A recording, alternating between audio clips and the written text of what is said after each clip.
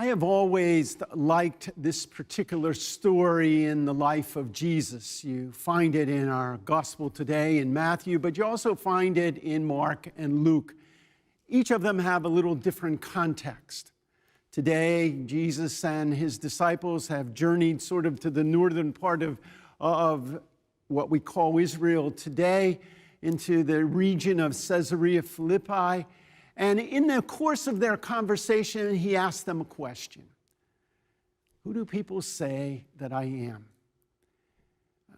I think I like this passage because it connects me in a way with Jesus. It shows a little bit of his humanness. Now, scripture scholars would say that what I'm about to say is probably not what this passage means.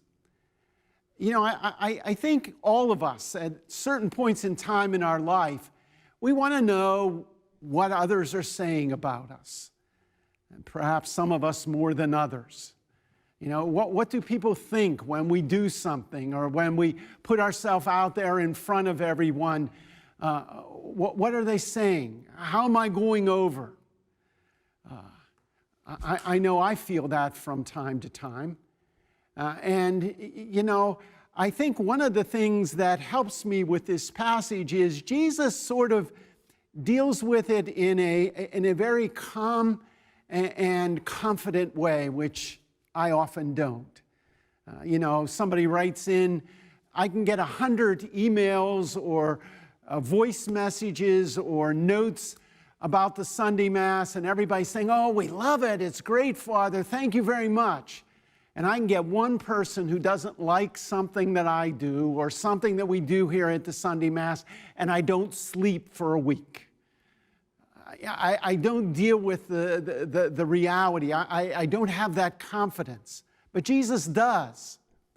Because his disciples are saying, well, some say you're John the Baptist, some say you're Elijah, some say you're Jeremiah, some say you're just some prophet. But then Peter steps up, as he does sometimes, and says, you're the Christ. But we also know that Peter and the rest of them don't step up sometimes. They put their foot in their mouth or they run away. And we know that from the story of Jesus. But what Jesus does is he takes these men, these friends, and he makes them the rocks on which he builds his church.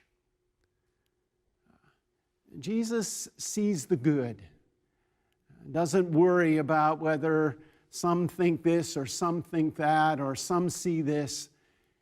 He knows, he trusts in himself, he trusts in his relationship with his Father, and he finds us in the world to build that church on. So perhaps, maybe our challenge today is to say to ourselves, who do we say Jesus is? And if we are in a moment like Peter and we say he's the Christ, great. If we're struggling with this relationship, not to worry. Because Jesus is still going to use us to be the rocks on which we are a community of faith called church.